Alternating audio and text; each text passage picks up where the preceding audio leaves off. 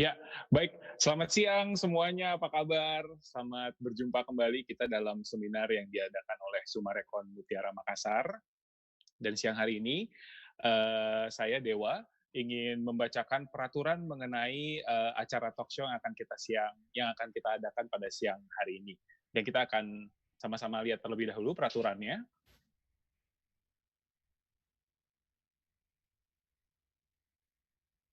Oke, baik. Untuk semua peserta di sini, talk show nanti akan kita bagi menjadi 2 sesi. Kemudian sesi Q&A akan kita buka di sesi yang kedua. Kami juga ingatkan kepada seluruh peserta, untuk pertanyaan atau Q&A nanti mohon bisa menggunakan fitur chat yang ditunjukkan kepada Q&A dengan format nama, kemudian narasumber yang dituju, dan juga pertanyaannya. Jadi jangan lupa untuk memasukkan pertanyaannya di fitur chat, kemudian ditujukan kepada Q&A, di situ sudah ada, dan jangan lupa juga formatnya, yaitu nama penanya, kemudian spasi narasumber, dan spasi pertanyaan. Pertanyaannya tidak boleh mengandung unsur sara, politik ataupun seks, dan yang tidak berkaitan dengan acara, dan akan ada 5 pemenang yang nantinya menjadi pertanyaan terbaik yang akan mendapatkan hadiah berupa voucher belanja Inilah senilai semangat perjalanan 1 juta kami membangun rupiah. kehidupan, Wah, luar biasa kan ya? menghadirkan Jadi senyum sekali lagi dan diingatkan kehangatan. untuk semua penanya terbaik, mohon bisa menyaksikan acaranya dengan baik agar bisa memberikan pertanyaan yang sesuai. Dan penentuan pemenang ini nanti dilakukan oleh manajemen Merayakan Mutiara indahnya Makassar, kebersamaan, dan hasil keputusan tidak boleh digabungkan. Baik. serta Ya, dan tanpa berlama-lama lagi, kita sama-sama akan langsung masuk ke dalam talk show pada siang hari ini, dan kami persilahkan kepada host Melanie Putria untuk bisa memandu kita semua. Silakan Melanie.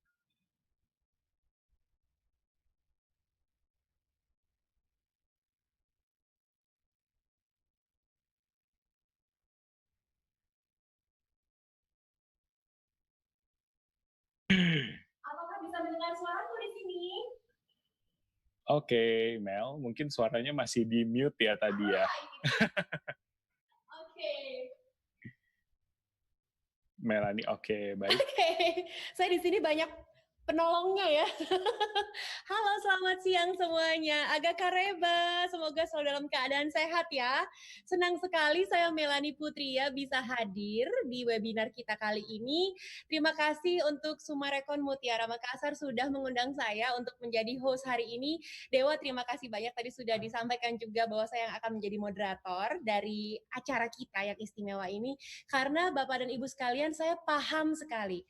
Saya tahu betul bahwa Bapak Ibu, saya, Anda, kita semua yang ikut webinar pada hari ini adalah golongan kelompok yang memang concern sekali dengan kesehatan.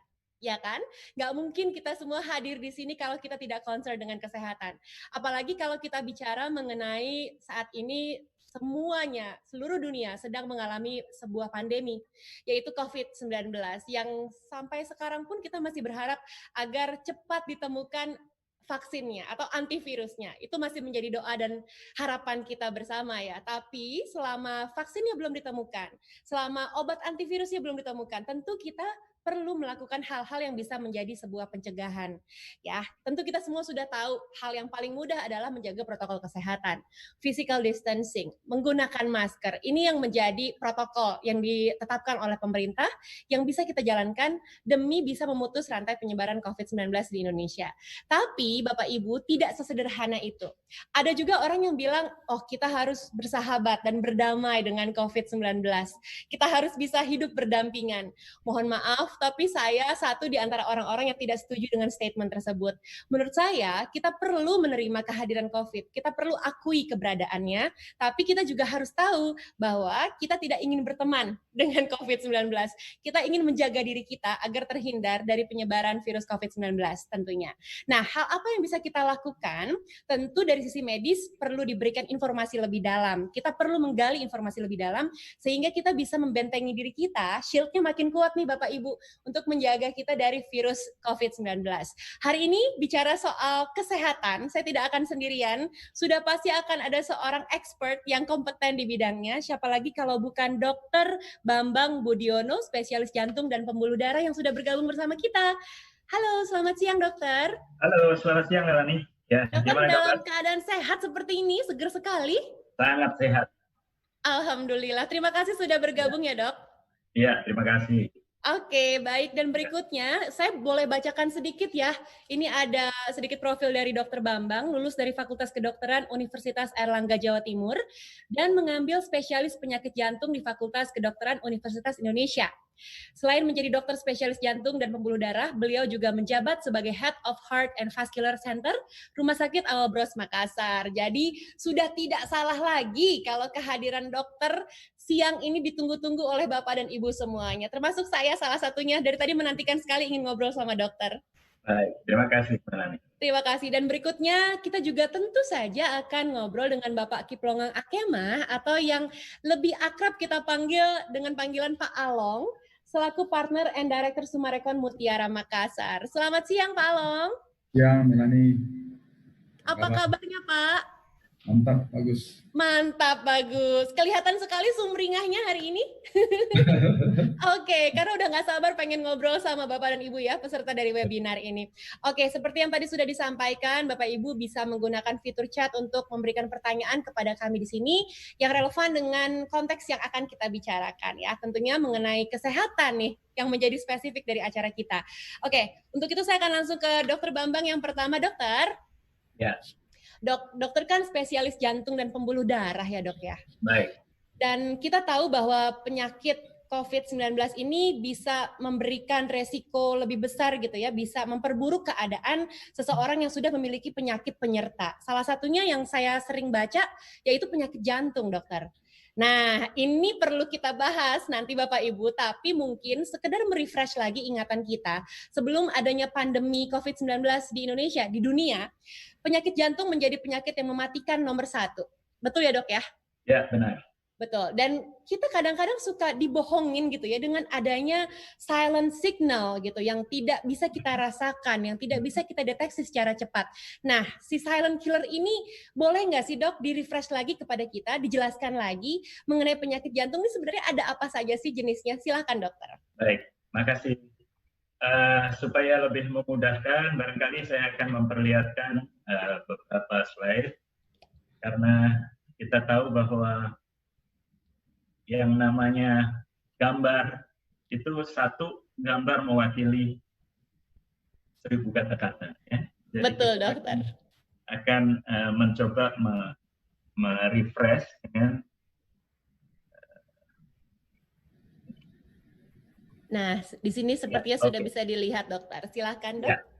Kalau secara umum kalau kita mau membagi secara general ya, itu penyakit jantung kita kenal sebagai penyakit jantung bawaan atau penyakit jantung diabetes ya.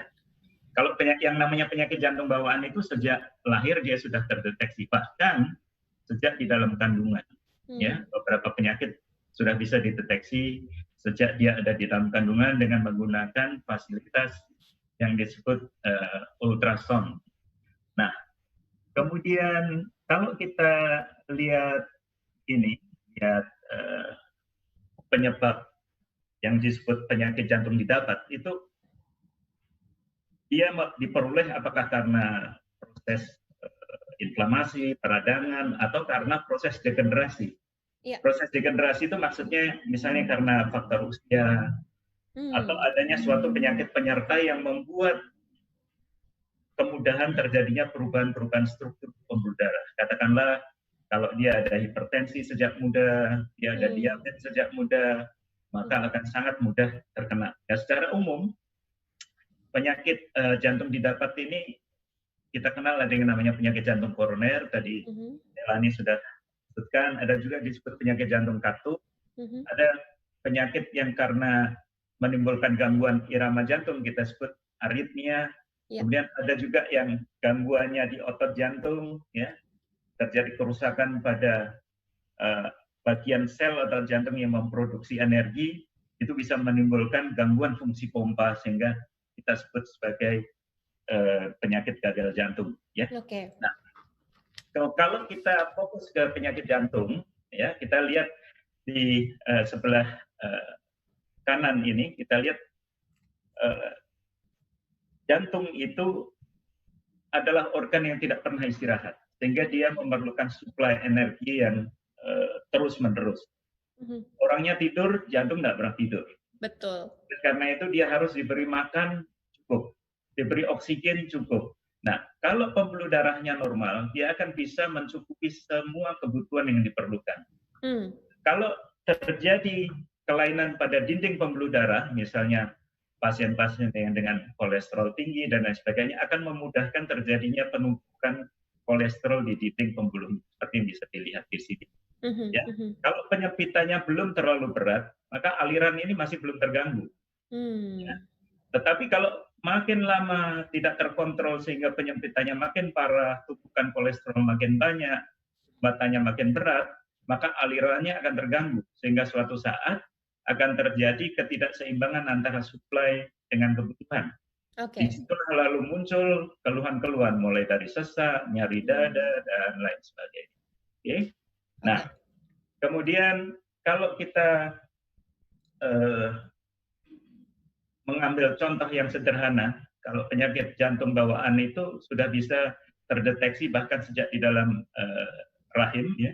Itu kalau ada sekat, kita bisa lihat adanya hubungan antara jantung kanan dan jantung kiri yang seharusnya tidak terlalu tidak terlalu besar, tetapi kalau ada lubang yang besar akan sangat kelihatan bahwa kelainannya sangat berpotensi untuk menimbulkan gangguan. Begitu juga kalau terjadi lubang di sekat ilik kiri dan kanan, sehingga terjadi percampuran darah bersih dan darah kotor. Dan kalau makin besar lebarnya, tentu potensi gangguannya makin berat. Nah, itu kira-kira contoh penyakit-penyakit yang didirikan.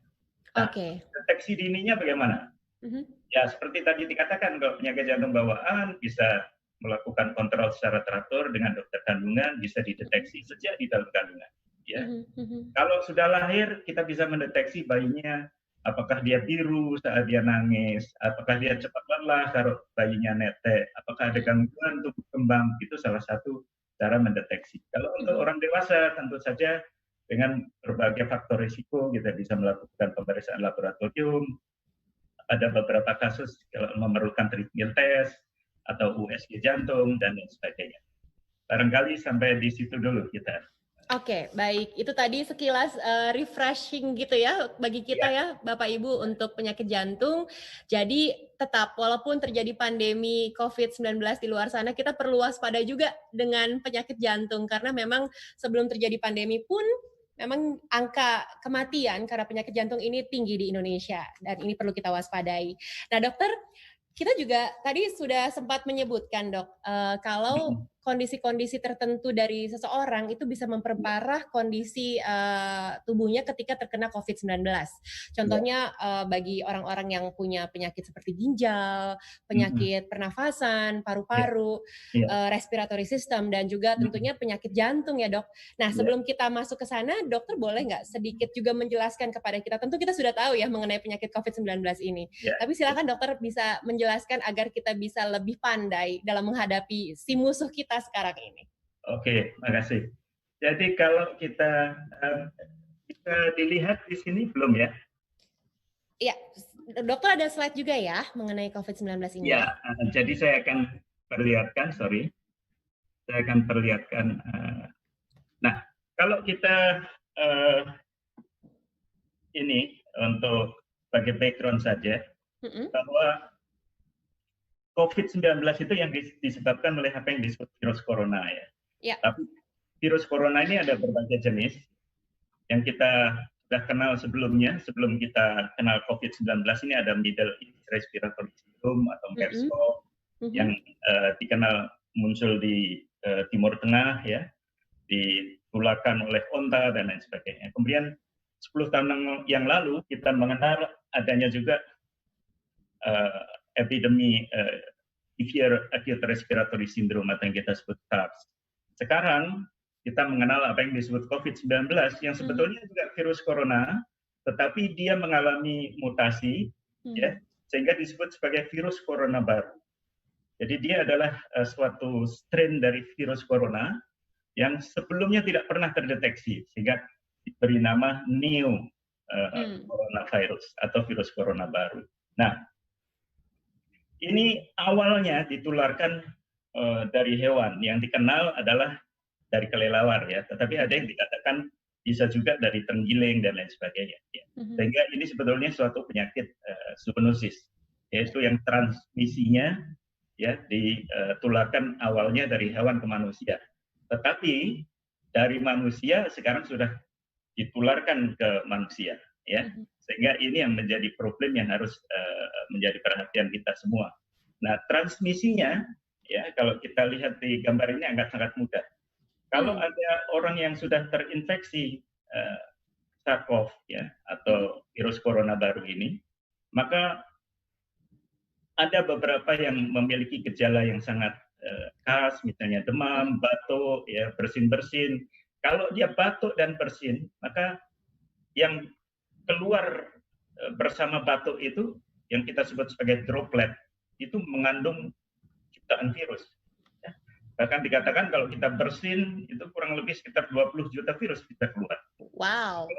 Kalau ini juga jaraknya berkisar antara 1 sampai 2 meter. Itu yang menjadi alasan kenapa kita diminta untuk menjaga jarak kurang lebih sekitar 2 meter ya, 1,8 sampai 2 meter. Ini karena dulu awalnya kita tahulah bahwa COVID-19 ini kan suatu penyakit baru. Penyakit baru selalu akan menimbulkan banyak ketidaktahuan pada awalnya. Betul. Kita semua jadi panik ya dok ya, karena ketidaktahuan ini ya. Karena ketidaktahuan, seringkali kita mengambil sikap juga bisa tidak tepat. Ya. Nah, seperti yang kita lihat ini, kalau pasien misalnya yang menderita ini batuk atau bersin, maka itu bisa sekurang-kurangnya 2 meter dia lontarkan itu. Oke, ketika batuk dan bersin ya dok? Ya, dropletnya itu awalnya hanya diketahui sebagai droplet yang cukup besar. Sehingga dengan 1 sampai 2 meter itu diharapkan dengan gaya gravitasi dia udah turun ke permukaan tanah gitu kan. Iya. Nah, tetapi ada pemahaman yang baru sekarang bahwa bisa mikro droplet. Jadi droplet yang dengan ukuran lebih kecil sehingga kalau orang bersin dia bisa bertahan agak lama, bukan terbang tapi bertahan lebih lama di udara karena dia ukurannya lebih kecil sehingga pengaruh gravitasi menjadi tidak sebesar kalau itu droplet. Nah itu kalau terhirup oleh orang sekitarnya ya, melalui hidung dia bisa masuk ke dalam paru-paru. Kalau droplet itu kemudian jatuh melekat ke permukaan, katakanlah dia sedang di kantor ya, mengenai lah di mejanya ya, mengenai teleponnya dipegang oleh orang tersentuh, orang yang menyentuh itu kemudian memegang muka dan lain sebagainya, itu menjadi road of entry atau menjadi jalan masuknya virus itu ke dalam tubuh kita. Okay? Nah, ini tentunya jadi beresiko lebih besar ya untuk kita, apalagi dalam ruangan tertutup gitu ya dok? Sangat tepat. Oleh karena itu di sini kalau berdasarkan pemahaman-pemahaman yang terbaru, ya, maka kalau transmisi dari permukaan benda ini dianggap sekarang resikonya sangat rendah. Kenapa? Karena orang semakin paham. Karena paham. Kalau saya di rumah sakit sekarang, itu sudah ada tertulis di lift, bahwa lift ini dibersihkan, dilap dengan desinfektan setiap 15 menit. Nah, sehingga permukaan itu menjadi relatif bisa bersih terhadap kalau ada orang bersin di lift, nempel di permukaan, dilap dengan desinfektan, dia bisa menjadi bersih. Sehingga sekarang dengan pemahaman-pemahaman yang lebih baik dari masyarakat maupun orang-orang di perkantoran, maka transmisi dari permukaan benda ini resikonya sekarang relatif sangat rendah. Baik. Begitu juga kalau kita di luar gedung atau di ruangan yang ventilasinya sangat baik. Kenapa resikonya sangat rendah? Karena kalau ada orang misalnya batuk atau bersin, virus yang di tempat terbuka atau di ventilasinya baik itu terdispersi atau mengalami istilahnya seperti dilusi, diencerkan gitu. Jadi kalau kita misalnya cairan, ini ada cairan gula, kita tuang air, itu diencerkan. Begitu juga virus kalau di ruang terbuka, maka dia seperti diencerkan, dia menyebar luas. Nah, ini yang nanti akan kita bahas bagaimana kalau orang yang berkumpul di ruang tertutup, potensinya tentu akan menjadi lebih besar. Kenapa? Karena dia akan tersirkulasi di dalam di situ saja gitu. Baik. Apalagi kalau ruangannya ber-AC, ya, tertutup, wah itu lebih menyenangkan untuk virusnya. Seperti bioskop, gym gitu ya dok ya? Benar, tempat ibadah ya yang tertutup, yang ber-AC. Nah, ini yang kiranya ke depan kita menjadi perhatian kita semua. Jadi tujuan seperti yang tadi Melanie sampaikan, tujuan webinar ini hanya satu, meningkatkan awareness masyarakat, meningkatkan kewaspadaan masyarakat. Kita hanya bisa membuat masyarakat waspada kalau dia paham. Betul. Kalau dia tidak paham, bagaimana dia bisa aware, bagaimana dia bisa waspada. Nah, inilah tujuan kita untuk berdiskusi. Nah, ini yang paling penting, Melanie. Oke, dokter. Kita harus paham, tidak semua situasi memudahkan kita terinfeksi. Oh, oke. Ada syarat. Syaratnya apa? Kalau ada dosis virus yang cukup tinggi pada saat kita kontak, ya, terpapar dengan orang, itu diperlukan kurang lebih 1000 partikel virus untuk membuat kita tertular. Oh, ini agar berhasil menginfeksi ya? Agar virus itu bisa menginfeksi, nggak sembarangan. Kalau dia cuma 1-2 nggak bakalan bikin orang sakit ya. Kenapa? Ini penting nih, baru saya tahu nih Pak. Penting sekali. Nah, begini, nanti saya jelaskan kenapa bisa begitu. Nah, orang kalau bernafas, ini sudah dilakukan penelitian ya, secara epidemiologis maupun laboratoris. Kalau bernafas, itu potensi keluar masuknya virus itu sekitar 20 partikel virus per menit. Oke. Itu kalau bernafas saja. Kalau dia berbicara, itu 200 partikel virus. Oke. Tapi kalau dia batuk atau bersin, itu 200 juta. Astaga. Virus itu. Jadi ini, ya, kalau misalnya Melanie ngobrol dengan saya, ya, saya kebetulan penderita, ya, tapi hanya ngobrol 4 menit, kemudian Melanie tinggalkan saya, itu potensi tertular sangat kecil. Kenapa? Kalau 4 menit, saya berbicara misalnya 4 menit, kemudian ini 200, berarti 800. Tidak memenuhi syarat untuk terinfeksi, karena minimal harus 1000. Yang celaka adalah ketika dokter berbicara sama saya, terus dokter batuk dan bersin gitu ya dok? Nah, itu dia. Begitu saya bersin 200 juta virus saya kirim ke Melanie. Jadi ini yang menjelaskan ya, kenapa ada orang ya katanya bicara sama orang yang menderita COVID, tapi dia tidak sakit. Kemudian cerita, ini ada teman yang satunya lagi terkena sekarang sakit parah. Pasien yang sama mengenai 2 orang yang berbeda, dampaknya berbeda. Jadi ini yang disebut virus load. Dosis virusnya.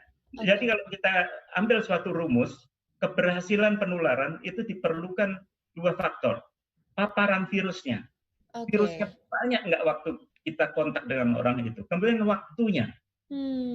Ya, makin lama dan makin banyak virus yang terpapar, maka keberhasilan penularannya makin tinggi. Nah, ini harus kita. Inilah yang menjadi pemahaman yang kita harapkan nanti menjadi pemahaman dari semua masyarakat. Kenapa sih kita diminta untuk social distancing, physical distancing, pakai masker? Nah, inilah kunci jawabannya di sini. Oke. Mungkin di situ dulu, Melanie. Oke, dokter. Jadi memang bukan melulu mengenai imunitas ya, dok ya, tapi juga ada ukuran waktu dan itu tadi ya, jumlah partikel virusnya yang harus diperhitungkan ya? Boleh saya jelaskan begini? Boleh, silakan dokter. Katakanlah saya memiliki imunitas yang sangat tinggi. Kekebalan saya sangat bagus. Saya tidak sakit apapun. Saya tidak memiliki komorbid. Tapi saya berkunjung ke seorang teman yang sebetulnya dia sakit, ya, tapi belum terlalu nampak gejalanya, dia tidak menyadari, bersin di depan saya tidak pakai masker.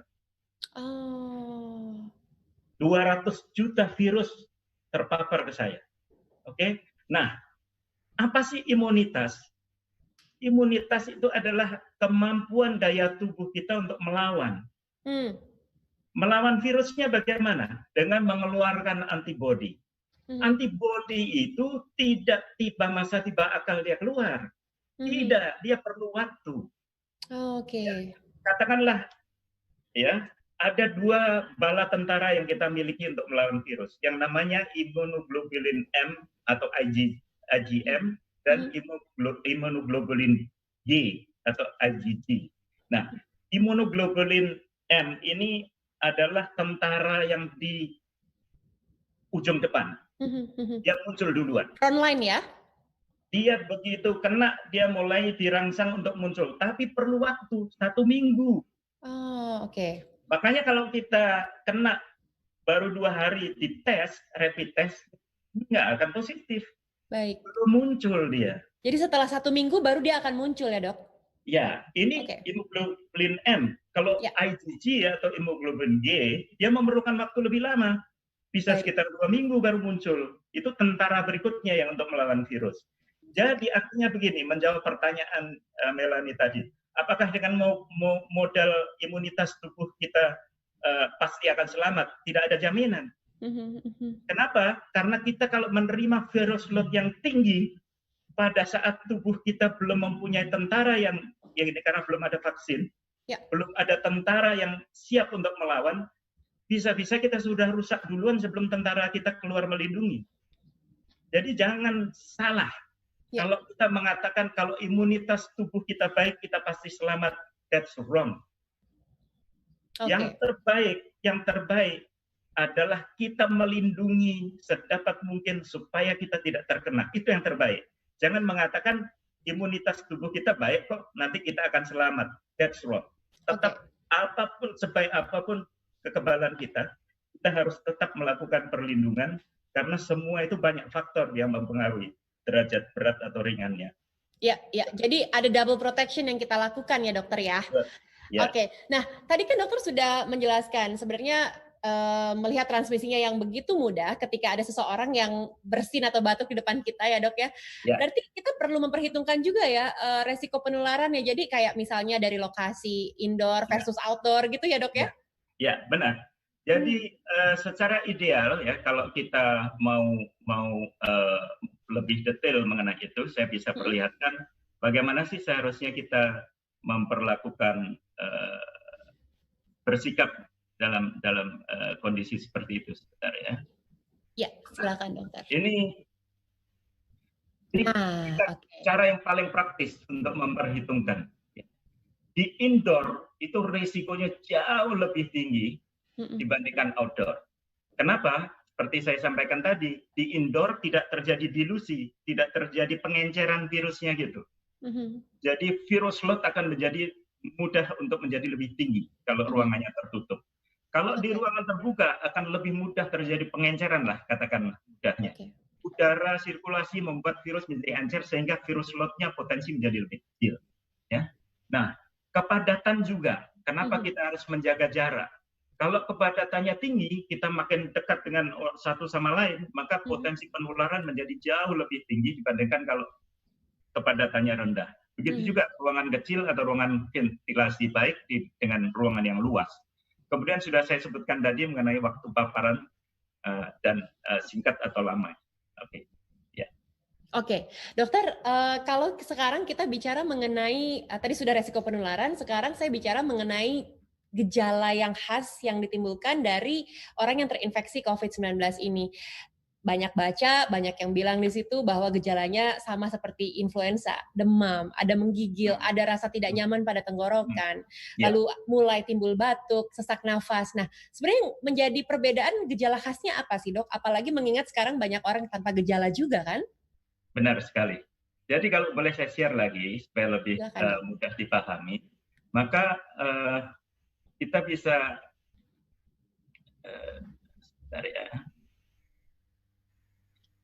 kalau kita lihat ya, gejala yang sering muncul ya, yang dulu dikenal itu yang paling sering adalah demam. Ya.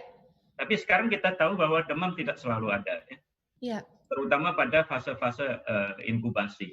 Kemudian rasa lemah itu juga cukup tinggi, sekitar 38%. Kadang-kadang disertai menggigil. Biasanya kalau sudah ada menggigil itu akan timbul demam. Ya. Kemudian banyak keluhan-keluhan yang bisa muncul dari pasien yang tertular COVID, misalnya sakit kepala, hidung tersumbat, nyeri-nyeri tenggorok. Nah, batuk ini juga cukup sering. Hampir 2/3 kasus lah ya, dengan batuk kering, ada yang batuk produktif kurang lebih sekitar 1/3, sesak, mual, ya. Ada yang muncul tanpa ada demam, tidak ada sesak, tidak ada batuk, yang datang hanya dengan diare pada awalnya. Jadi kenapa bisa terjadi demikian? Karena kita tahu virus dari yang disebut virus corona baru ini untuk masuk ke dalam sel ini melalui pintu masuk yang namanya ACE2. Ya, jadi itu suatu reseptor pintu masuk ke dalam sel, ya. Dan itu ada di berbagai organ. Makanya keluhan tidak hanya di paru-paru, dia bisa di saluran cerna, bisa di saluran nafas, bisa di mata, bisa di kulit dan lain sebagainya. Nah, pada kondisi berat, ya, infeksi ini bisa menyebabkan gangguan pernafasan berat bahkan sampai memerlukan alat bantu nafas. Begitu juga bisa menimbulkan gagal ginjal maupun kematian. Meskipun dikatakan bahwa ya 80-80% pasien itu sebetulnya tidak ada gejala, ataupun kalau ada gejala ringan. Ya, yang gejalanya relatif berat itu cuma sekitar 15-20. Dan hanya 5% yang sebetulnya memerlukan sampai perawatan yang memerlukan ICU sebenarnya begitu. Ya, tetapi kita harus hati-hati. Ya, 5% itu bisa di kita, bisa di saudara kita, bisa di keluarga kita. Sehingga apapun juga, meskipun kalau kita ngomong itu persentasenya kecil, kita harus menganggap bahwa itu ancaman serius yang bukan untuk menakut-nakuti, tetapi harus meningkatkan awareness kita bahwa ada potensi risiko yang berat, sehingga lebih baik kita mencegah supaya tidak terkena. Baik. Yang harus ini. Itu kuncinya ya. Baik, ya sebelum kita masuk ke screening, saya mau menyapa Pak Along dulu. Pak Along masih ada di situ kan? Dari tadi ikut mendengarkan penjelasan dari dokter ya, Pak Along ya. Oke, Pak Along, boleh di-unmute dulu Pak suaranya, mohon maaf. Masih mute. Nah, gimana Pak? Tadi sudah mendengarkan penjelasan dari dokter. Memang banyak sekali yang perlu kita waspadai ya, bukan untuk menakut-nakuti, tapi agar kita lebih aware seperti dokter tadi bilang, supaya kita bisa punya benteng yang lebih kuat gitu ya untuk bisa melawan COVID-19. Kalau teman-teman di Makassar sendiri seperti apa sekarang kondisinya Pak Along? Pada awalnya ya, kalau pada awalnya memang saat COVID ini merebak di Indonesia, banyak orang merasa panik, khawatir, dan memang was-was semua.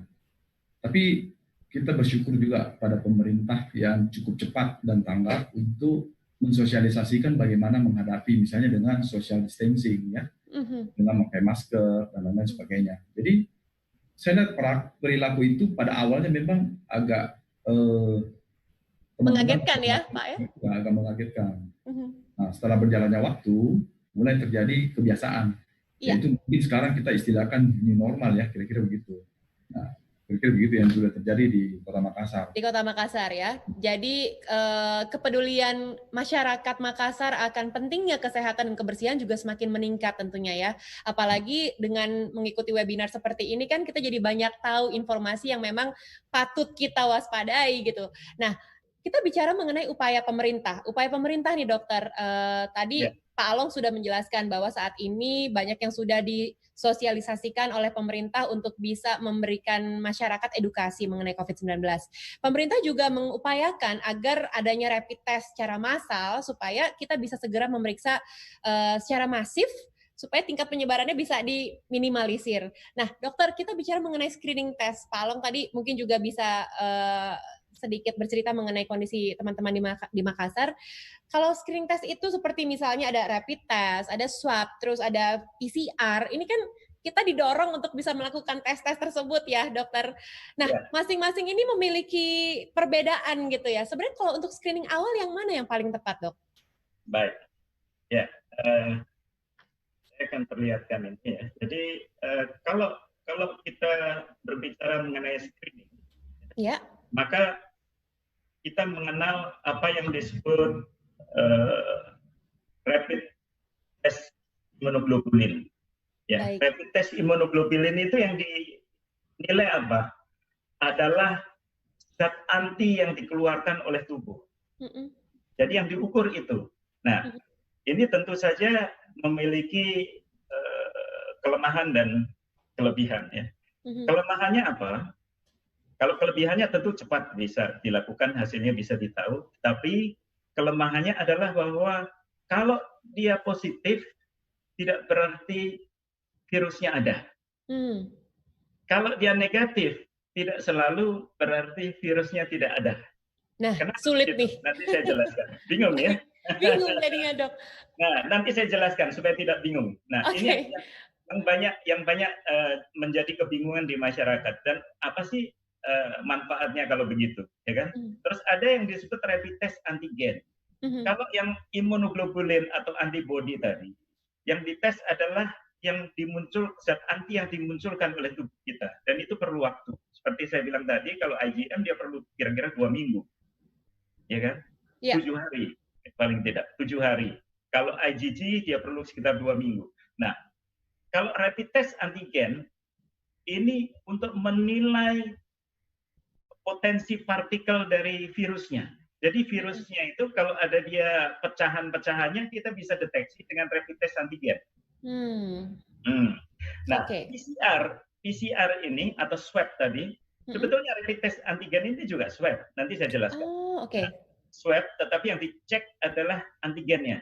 Kalau PCR ini suatu rantai reaksi ya yang digunakan untuk mendeteksi genetika dari virusnya. Jadi inilah yang dianggap sekarang menjadi suatu alat yang paling peka untuk mendiagnosa adanya COVID-19 atau tidak. Nah, ini salah satu gambar yang mudah untuk dipahami mudah-mudahan. Gimana nih, Dok, cara bacanya nih? Ya, gambar biru ini adalah menunjukkan gejala dari pasien. Ya, sampai kira-kira 5 hari, ya, kemudian 7 hari, ini bisa tidak ada gejala sama sekali dia. Ini sampai 5 hari ini yang disebut asymptomatic stage atau tidak ada gejala sama sekali. Berikutnya mungkin ada tetapi ringan. Nah, pada hari ke-7 inilah ya baru tubuh mengeluarkan bala tentara untuk membunuh virusnya. Ini yang disebut immunoglobulin M, IgM. Dan inilah baru bisa dideteksi. Jadi kalau kita misalnya pasien kita anggap terpapar di sini oleh virus karena dia kena saudaranya ini dan lain sebagainya, kita tes dia hari ke-3, hari ke-4, hari ke-5, nggak akan muncul. Kita akan mengatakan itu non-reaktif. Gitu. Tapi tidak berarti bahwa virusnya tidak ada. Betul. Belum terdeteksi zat antinya. Betul. Nah, kalau di hari pertama dari 0 itu sampai 7 hari kita lakukan swab test, itu akan langsung kelihatan nggak, Dok? Nah, itu nanti saya jawab. Nah, kalau kita pakai tes yang antigen, itu setelah 1 hari dia sudah bisa terdeteksi. Nah, itulah kenapa dikatakan dia lebih sensitif, nanti saya jelaskan. Nah, ini kemudian kita menyambung tadi. Kalau imunoglobulin G ini tentara yang di garis depan nih. Setelah 14 hari akan cenderung turun habis. Nah, kalau dia habis nggak ada yang ganti, nggak ada yang melawan virus kan? Maka tubuh memanggil tentara bantuan yang lain, namanya imunoglobulin G. Itu diproduksi hari ke-14 dan dia akan bertahan jauh lebih lama. Nah, inilah yang dikenal kita memiliki kekebalan sementara. Nah, ini kita tidak tahu seberapa lamakah sebetulnya dia bisa bertahan. Masih menjadi perdebatan. Namanya juga penyakit baru, ya. Nah, ini sekarang saya ingin jelaskan mengenai rapid test antigen. Silakan, Dokter. Baru saja. Kalau FDA di Amerika ini baru bulan Mei, ya, baru belum 2 bulan yang lalu dia di-approve untuk digunakan. Nah, hebatnya di Indonesia, ya, bulan 6 di Jawa Barat sudah berhasil memproduksi sendiri alat rapid test, ya, antigen yang bisa mendeteksi sangat cepat dan akurat. Nah, kita harus berbangga ini Indonesia sudah bisa demikian cepat dan ini sudah mulai digunakan di banyak tempat ya untuk mendeteksi. Nah, bagaimana dengan yang namanya PCR atau polymerase chain reaction yang seperti singkatan? Ini pemeriksaan laboratorium menggunakan swab juga. Yang antigen tadi juga swab tenggorok. Ini juga pakai hapusan tenggorok atau nasofaring seperti ini. Ya, diambil di tenggoroknya, kemudian disimpan di suatu media. ini diambil dari dinding nasofaring ya, jadi bagian belakang dari rongga hidung. Untuk apa tujuannya? Untuk mendeteksi keberadaan material genetik ya. Dan inilah yang saat ini digunakan untuk menegakkan diagnosa. Jadi kalaupun semua yang di depan tadi itu negatif, tetap jawabannya harus di PCR kalau orangnya sangat mencurigakan. Begitu juga kalau positif, belum tentu dia terkena COVID, dia juga harus tetap dikonfirmasi oleh PCR. Jadi dua di depan tadi itu untuk screening awal, dan ini untuk ketok palunya. Ya. Jadi ya atau tidak. Urutannya tetap harus dilakukan semua ya dok ya, berarti ya? Sebenarnya tidak selalu harus semua. Seperti saya ya, saya cerita diri saya sendiri nih. Saya sudah mengikuti pemeriksaan PCR ini 3 kali. Kenapa? Karena saya juga merawat pasien yang sakit, sehingga saya harus yakin saya tidak tertular. Meskipun saya tidak ada gejala. Saya tidak melakukan rapid test yang tadi, saya langsung melakukan PCR. Jadi screening yang awal itu lebih ke arah mass screening untuk massal, untuk masyarakat luas. Tetapi kalau kita lebih spesifik untuk tenaga kesehatan yang terpapar dan lain sebagainya, ya kita bisa langsung ke pemeriksaan PCR ini. Oke, baik. Semoga bisa terjawab semua pertanyaan dari masyarakat saat ini ya. Karena masih banyak yang bingung mengenai tes mana yang paling tepat untuk saya. Nanti malah saya buang-buang uang jadinya. Kan banyak orang yang berasumsi seperti itu, dokter. Oke. Nah, sekarang saya ingin ke Pak Along dulu. Sebentar ya, dokter ya. Saya ingin memastikan gitu ya, bahwa teman-teman di Makassar saat ini juga sudah sama-sama lebih peduli akan protokol kesehatan. Tadi Pak Along juga sudah sampaikan sebenarnya kepada kita semua, Bapak Ibu. Cuman saya jadi penasaran ya, kalau dari segi gaya hidup, apakah di Makassar sendiri ada perubahan perilaku? Pak Along, gimana Pak? Apakah sekarang orang mungkin jadi yang tadinya nggak suka olahraga, terus jadi olahraga? Orang yang tadinya memang nggak pernah pulang ke rumah, sekarang menjadikan rumah sebagai tempat yang sangat dicintai, yang tak tergantikan. Silakan Pak Along. Ya, jelas dengan hadirnya virus ini di tengah-tengah kita yang sudah boleh dikatakan sudah berapa bulan ya. Jadi masyarakat juga kan mulai belajar. Jadi kalau yang sudah aware, pastilah mereka sudah mulai jaga-jaga diri. Ada yang tadi sudah melakukan rapid test, bahkan ada beberapa kali lakukan rapid test. Itu satu. Kedua, juga ada masyarakat yang masih tidak aware. Nah ini dia. Makanya hari ini kita bersyukur Dr. Bambang bisa bagi ya, bisa sharing. Semoga teman-teman seluruh Indonesia, khususnya Makassar ini bisa mulai sadar lah. Pemerintah juga saya lihat bolak-balik ingatkan. Ini sebenarnya demi kebaikan kita semua. Nah, jadi di masyarakat kita ini di Makassar ada terjadi dua ya. Jadi ada yang sadar, ada yang tidak sadar. Yang paling kasihan adalah yang sudah sadar tiba-tiba bergaul sama orang yang OTG. Nah, yang sadar. Nah, kita gimana? Seperti tadi yang dikatakan oleh Dr. Bambang, walaupun sudah merasa imun, sudah merasa hebat, terprotek. Tapi kalau tiap hari kita dicekokin dengan barang-barang begitu ya, lama-lama kena. Kira-kira begitu ya, Dok? Ya, betul. Ya, saya boleh tambahkan, Melanie? Silakan, dokter. Kalau masyarakat di Makassar, saya melihat sudah mulai banyak perubahan dibanding pada awal-awal kita penyebaran virus COVID itu. Waktu ada pelaporan kasus pertama, kasus kedua, ya itu masih banyak barangkali yang awareness-nya kurang. Tapi kalau kita sekarang misalnya pergi ke supermarket, ya saya lihat di atas 90% sudah mengenakan masker. Oke. Kalau kita melihat kebetulan yang sedang olahraga di luar, bersepeda dan lain sebagainya, mayoritas juga saya lihat sudah mengenakan masker. Ya. Baik. Nah, kemudian kalau pasien, saya melihat juga kesadarannya makin tinggi di rumah sakit. Ya, karena di rumah sakit sudah ada peraturan, tidak boleh masuk rumah sakit kalau tidak pakai masker. Wajib ya, Dok ya? Ada. Ini juga membantu untuk meningkatkan awareness pada masyarakat. Dan pasien-pasien juga melakukan pendekatan-pendekatan yang cukup baik ya menurut saya. Misalnya menghubungi saya, bagaimana kalau kita konsultasi melalui Zoom saja, ya. Jadi virtual communication. Dan itu adalah upaya-upaya yang baik yang sebetulnya juga sudah mulai muncul banyak di masyarakat. Dan rumah sakit juga mengadop apa yang terjadi di luar dengan memberi kesempatan pasien untuk virtual communication.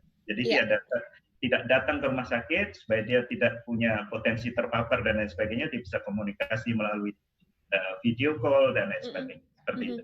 Sudah bergeser ya, Dokter Bambang ya. Jadi ini menuju ke arah yang lebih positif sebenarnya, arah yang lebih baik. Saya kira begitu. Betul. Pak Along, kalau di Makassar sendiri, teman-teman masih tetap melakukan olahraga nggak ya? Karena kan kita tahu bahwa olahraga saat ini menjadi salah satu hal yang bisa kita lakukan untuk menjaga tubuh kita dari berbagai penyakit, untuk menjaga imunitas tubuh kita.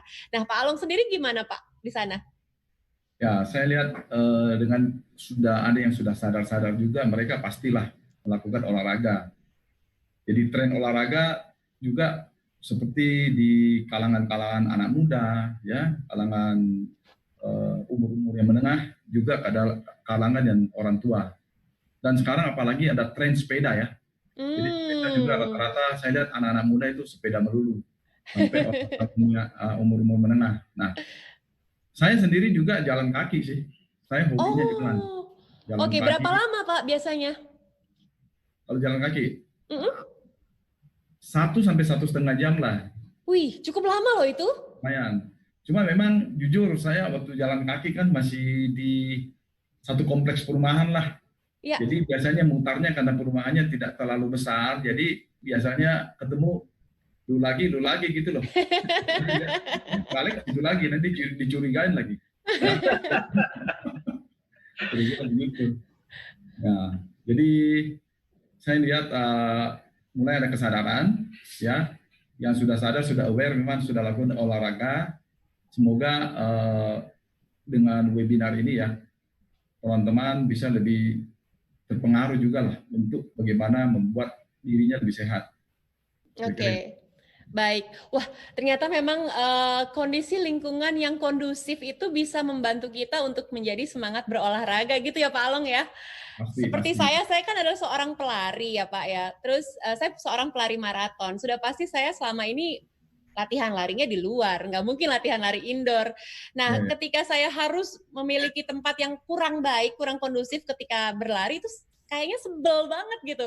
Nah, saya kebayang ya, teman-teman yang tinggal di Sumarekon Mutiara Makassar, ini pasti akan merasa sangat bahagia ketika terjadi pandemi ini, karena paling tidak bisa beraktivitas olahraga di lingkungan yang sangat nyaman. Begitu ya Pak Along? Iya. Memang dengan hadirnya, saya lihat gini ya, Sumarekon Mutiara Makassar kan hadir di Makassar itu praktis baru 1,5 tahun ya. Dengan luas 400 hektar. Kita bisa bayangkan lah, kalau dengan kawasan yang sebesar itu, ya pasti apalagi kawasan ini dekat dengan laut, ya. Jadi pasti udaranya itu pasti sangat baik ya buat kesehatan. Enak banget.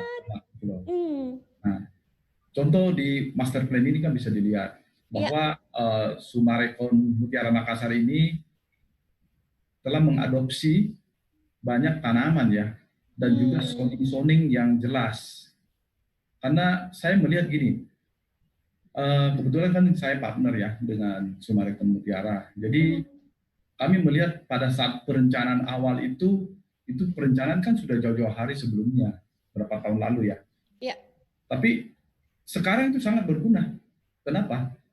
Kita dulu sudah bisa seperti itu ya pikirnya ya. Jadi memang saya juga belajar bahwa memang Sumarekon itu owner sama semua timnya itu very visioner. Jadi ke depan mereka sudah pikirkan sedemikian rupa how to be a good township yang dibangun gitu lah.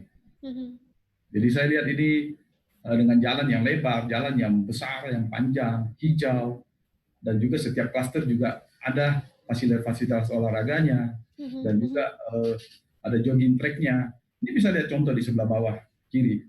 Ini baru 1,5 tahun, Boulevard Rainbow Boulevard ya kita katakan di situ. Ini saya melihat, saya kan sering ke situ. Wah, udah lebar banget. Dan kalau dilihat dari atas yang sebelah kanan itu cukup udah hijau sekali, ini baru 1,5 tahun loh. Dan nanti pasti jogging track-nya juga seperti gitu. Dan ini Bu Melani, saya tidak usah lagi pusing-pusing, muter-muter lihat itu terus, karena treknya lebih panjang dan tidak terlalu membosankan, kira-kira gitu. Iya, artinya juga bukan hanya sarana atau infrastrukturnya saja yang dipikirkan secara matang oleh Summarecon, tapi juga sarana lainnya seperti misalnya di rumah juga nyaman, terus fasilitas seperti clubhouse juga di-provide semuanya dengan nyaman, sehingga ketika memang kita diharuskan untuk work from home sekarang ini ya Pak Along, kita jadi merasa oke, saya ternyata memiliki satu harta yang paling berharga, yaitu rumah saya, tempat di mana saya bisa mendapatkan kesehatan dengan baik, tempat saya bisa berkumpul dengan keluarga yang saya cintai, dan juga tempat saya bisa bekerja gitu dengan sangat fokus, konsentrasi, namun tetap merasakan nyaman. Begitulah pentingnya rumah yang kita sadari saat ini ya. Baru saat pandemi kita sadar pentingnya rumah. Begitu ya Pak Along kurang lebih ya? Betul. Jadi bukan obat jantung. Oke, baik. Nah, Bapak Ibu kita akan coba untuk bicara lagi mengenai, ini dengan dokter ya, mengenai dampak virus corona atau COVID-19 pada kesehatan jantung. Ini kan memang yang kita ingin tahu juga dari dokter ya dok ya, mengenai hal ini. Nanti kita akan masuk di segmen yang kedua, tapi sebelumnya saya penasaran dulu dong Pak Along, dari awal tuh saya pengen nanya, pengen nyolek Pak Along sebenarnya. Awalnya tuh kenapa sih Pak kok memutuskan mau kerjasama dengan Summarecon untuk Summarecon Mutiara Makassar ini? Pertanyaan yang belum terjawab sampai hari ini curhatan. Silakan Pak. Saya bisa katakan ini jodoh ya. Waduh, susah nih kalau udah ngomongin jodoh, Pak. Mau pakai teori apapun susah, gitu kan? Nah, jadi kami kan pengembang. Ya. Jadi sebelumnya saya sering juga ke Jakarta dengan beberapa pemegang saham ya. Ya. Itu sering lihat-lihat di Jakarta, dan dari dulu kita sering observasi. Ini bukan rahasia nih, bukan rahasia. Jadi sering lihat di Kelapa Gading, sering ke Serpong. Waktu itu Bekasi belum terlalu ini baru memulai. Jadi ada dua tempat ini yang sering kita lihat. Kalau Kelapa Gading kan udah lama. Betul. Tapi udah lama banget. Tapi saya lihat setiap kali, setiap tahap itu kok pengembang ini selalu ikutin tren ya. Selalu ada yang baru gitu ya Pak? Ada yang baru dan sangat di-care. Jadi dengan keadaan yang kalau biasanya maaf nih, pengembang kan biasanya kalau sudah selesai nggak pusing lagi lah. Kalau saya lihat dari Summarecon sampai hari ini, dan itu bukan cuma di Kelapa Gading, dengan hadirnya Serpong, sekarang saya juga lihat dengan hadirnya coba lihat Serpong di situ ya di slide, dan juga dengan hadirnya Bekasi, saya melihat ini makin hari makin bagus. Nah, betul.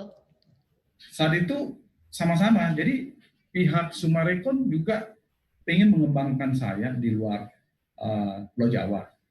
Nah, memang Indonesia Timur ya, pintu gerbangnya kan ada di Makassar, dan pada saat itu memang sudah terbaca lah bahwa pemerintah akan bagaimana membuat supaya bagaimana pengembangan kota ke Indonesia Timur itu supaya merata. Nah, saya juga melihat Summarecon itu sangat jeli. Nah, kami juga dengan dalam mimpi selalu memimpikan bahwa kapan ya kita bisa mendevelop seperti itu. Nah, itulah tadi dikatakan jodoh. Akhirnya kita ketemu ya, jadilah Summarecon Mutiara Makassar. Ya, saya sangat bersyukur dengan Summarecon Mutiara Makassar ini. Saya mengobservasi jujur diam-diam, tapi ya kan partner juga boleh-boleh aja dong. Iya dong. Memang banyak yang harus kita pelajari, dan apa yang dilakukan itu very systematic dan gimana ya, very serious, very fokus. Saya juga melihat di pembangunan yang lain-lainnya, pihak Summarecon itu tidak asal membangun house ya, mereka itu bangun home. Yang mana juga nanti pada saat saya lihat dari visioner, dari owner, we are not selling house. We are selling home and community and environment. Jadi ini harus bersatu. Begitu orang sudah beli rumah, dia kan harus tinggal. Bagaimana dia mau tinggal? Harus ada fasilitas. Betul. Fasilitas itu kalau cuma seadanya, itu saya rasa tidak bisa lah kita katakan is a good township development. Nah, Summarecon itu tidak seperti itu. Saya bukan memuji. This is a fact. This is a fact. So ini pun diterapkan di Makassar. Nah, dengan desain 400 hektar itu tidak tanggung-tanggung, Summarecon itu juga meng-hire desainer dari luar yang memang ahli di dalam mendesain satu township yang dekat dengan pelabuhan udara dan juga pelabuhan laut. Dan kebetulan memang kita itu berada di antara itu. Baik. Ya, kira-kira begitu, Melanie. Jadi kita itu sangat pede lah. Jadi akhirnya terjadilah pernikahan ini.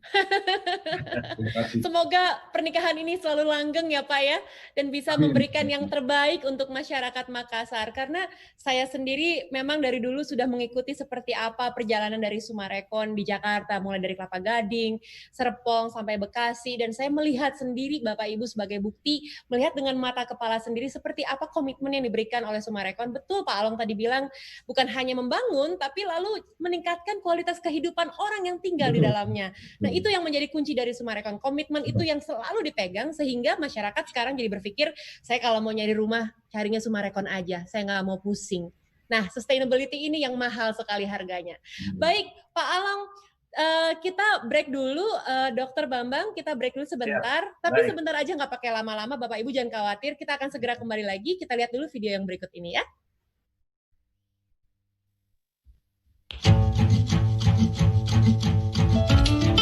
Inilah semangat perjalanan kami membangun kehidupan, menghadirkan senyum dan kehangatan.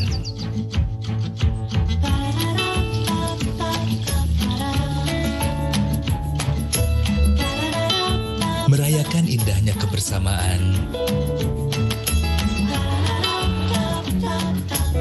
serta hari-hari mereka meraih impian.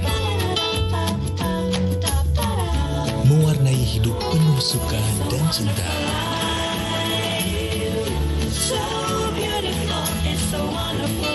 Hadir menemani di setiap momen istimewa.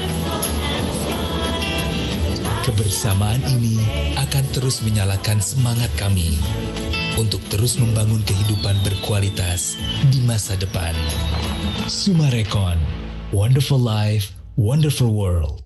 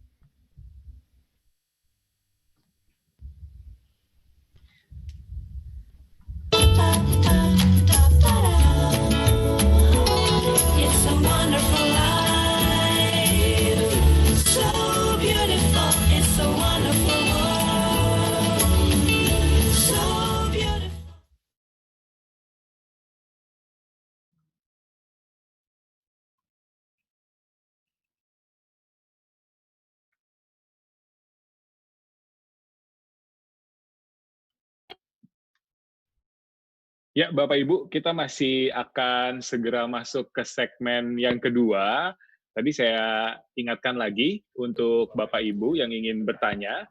Dalam sesi ini kita sudah buka sesi pertanyaan, kami persilakan. Tapi saya juga tadi saya sudah melihat kayaknya sudah banyak sekali sebenarnya yang bertanya dan penasaran sama seminar webinar kita pada siang hari ini. Tapi sekali lagi kami ingatkan untuk semua peserta, kami harapkan untuk bisa bertanya dengan tadi yang sudah kami jelaskan sebelumnya, dengan format menggunakan nama, kemudian narasumber yang ingin ditanya siapa dan pertanyaannya siapa, itu Bapak Ibu silakan masuk ke fitur yang ada di chat.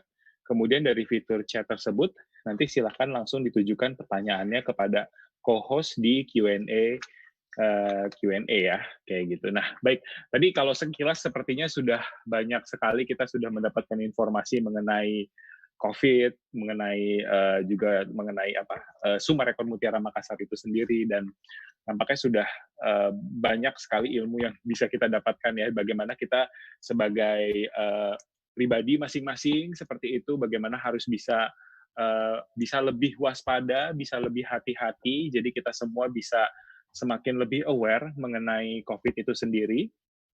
Dan mungkin nanti kita setelah ini kita akan sama-sama mendengarkan sebenarnya bagaimana COVID ini bisa berdampak juga terutama untuk orang-orang yang juga memiliki penyakit jantung seperti itu. Nanti akan dijelaskan juga oleh Dr. Bambang Budiono, dan juga sekilas juga nanti kita akan masih mendengarkan mengenai Sumarekon Mutiara Makassar.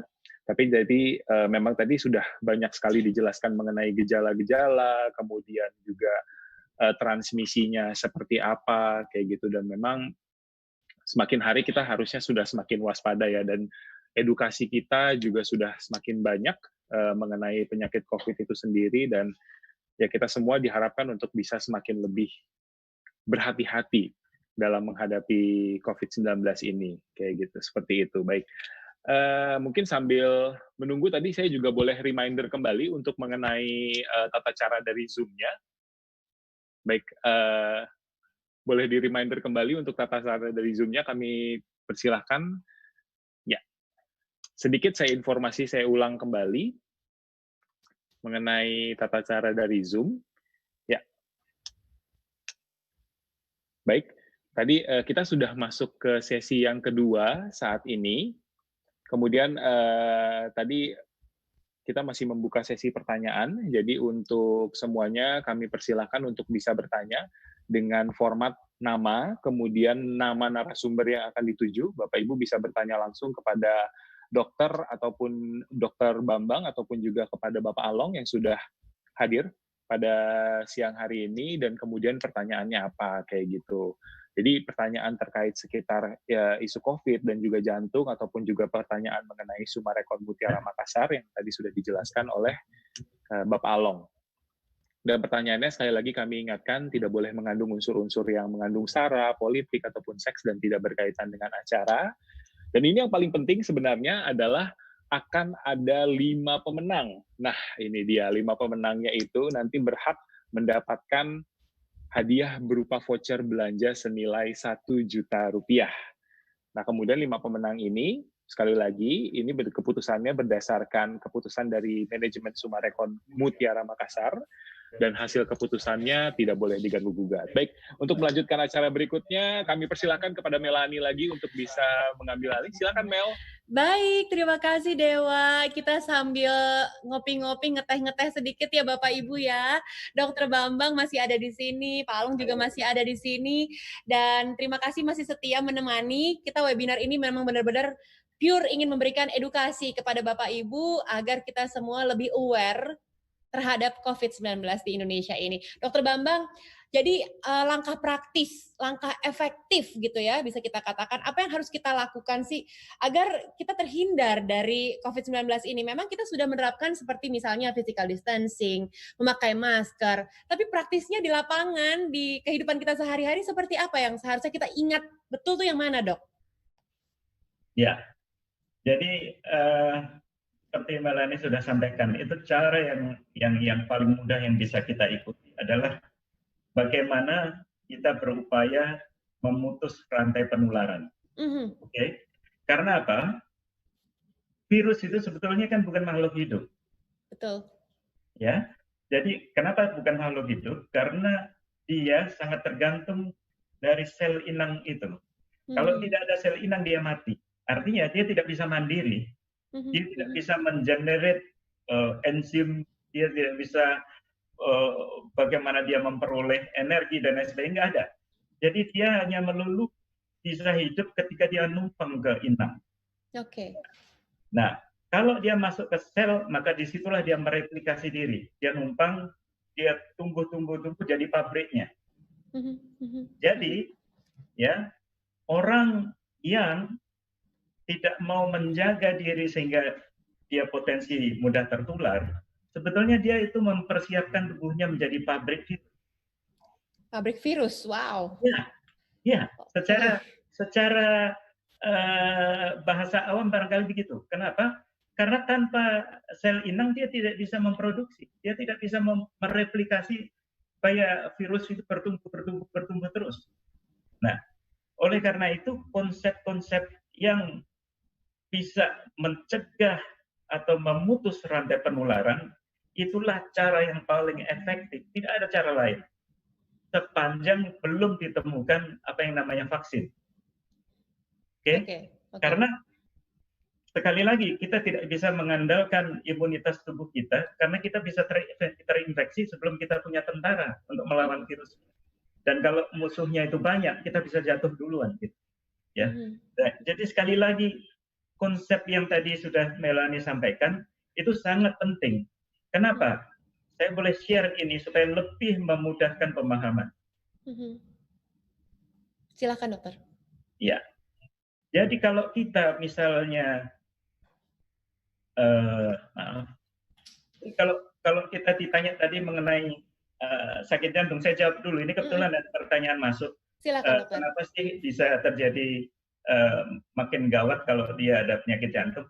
Jadi kalau orang itu terinfeksi, itu terjadi proses peradangan. Dia mengeluarkan banyak faktor-faktor yang bersifat membuat peradangan yang dikenal sekarang itu sebagai badai sitokin. Badai sitokin, oke. Sitokin itu salah satu upaya kita untuk melawan sebetulnya. Tapi kalau dia berlebihan, menimbulkan proses peradangan yang sangat berat, justru menjadi bumerang untuk tubuh kita.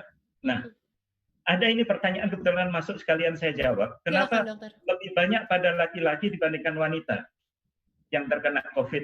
Dan kenapa yang parah dan lebih ke arah kegawatan itu laki-laki dibandingkan wanita? Nah, ini penting untuk Melanie.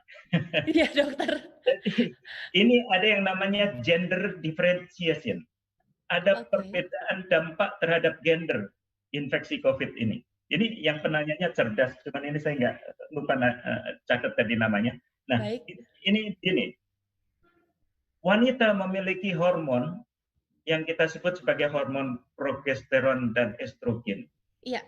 Ini memiliki potensi untuk berperan di dalam sistem pertahanan tubuh dan dia bisa merangsang terjadinya pembentukan sel yang bersifat peningkatan imunitas. Nah, ini adalah keuntungan gender.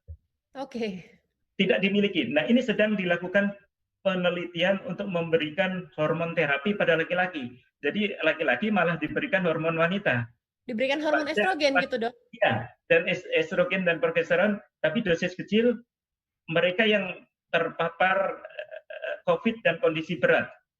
Ini kita belum tahu hasilnya, sedang dilakukan pengamatan. Karena saya baca itu masih dalam proses penelitian, belum ada laporan tentang itu. Tetapi secara nalar bisa dipahami bahwa karena kenapa juga menjelaskan wanita lebih jarang yang jatuh ke kondisi berat dan lain sebagainya adalah dia memiliki hormon yang memiliki efek protektif. Nah, ini menarik ya. Menarik sekali. Dan ini saya sendiri juga baru tahu beberapa hari yang lalu ini. Baik, gender differentiation. Saya share supaya masyarakat juga paham. Nah, SARS-CoV-2 tadi dikatakan oleh Melanie, kenapa sih orang yang banyak faktor risiko mudah terkena COVID dan jatuh ke kondisi yang berat? Kita tahu kalau orang terinfeksi banyak, dia bisa virusnya itu langsung menimbulkan kerusakan pada sel-sel otot jantung. Ya, karena sel otot jantung ini juga memiliki apa yang disebut reseptor S2 tadi, ya, yang merupakan pintu masuk dari virus untuk masuk ke dalam sel. Kemudian efek dari peradangan sistemiknya, juga fibrosis atau pembentukan jaringan ikat di sekitar otot-otot jantung membuat jantungnya juga bermasalah. Ada respon sitokin tadi.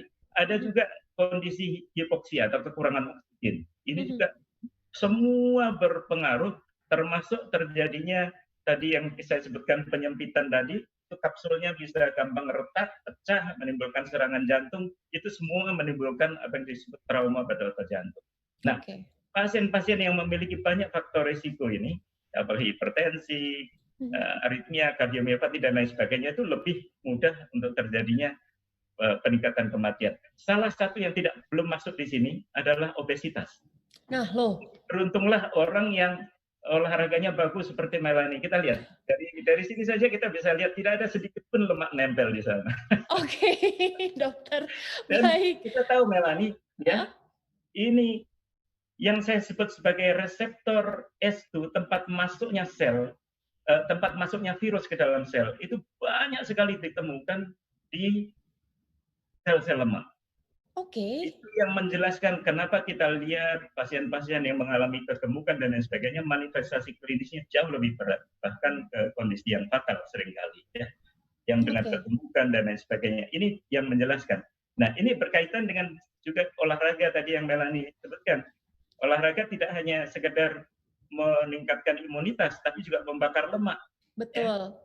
Betul. Melanie ini kalau lihat tuh, orang maraton ini lemak belum nempel sudah terbakar semua. Lemaknya tidak takut ya, Dok? Nempel, ya. Nggak sempat nempel. Jadi, jenis olahraganya any kind of cardio, jenis apapun itu bisa dilakukan ya, Dok? Ya. Any kind of cardio. Jadi kalau kita suka jogging, lakukanlah jogging. Kalau kita senam, mau bicycling, static bicycling, ya, kalau nggak mau keluar di rumah bisa dilakukan, ya kan. Kalau mau lari di rumah bisa di alat treadmill juga sebetulnya, ya kan. Teman-teman nggak bosan. Benar. Tapi demi kesehatan patut diupayakan ya, Dok. Demi kesehatan. Ya. Ada yang menanyakan juga ini, apakah boleh dijawab sekarang atau nanti saja?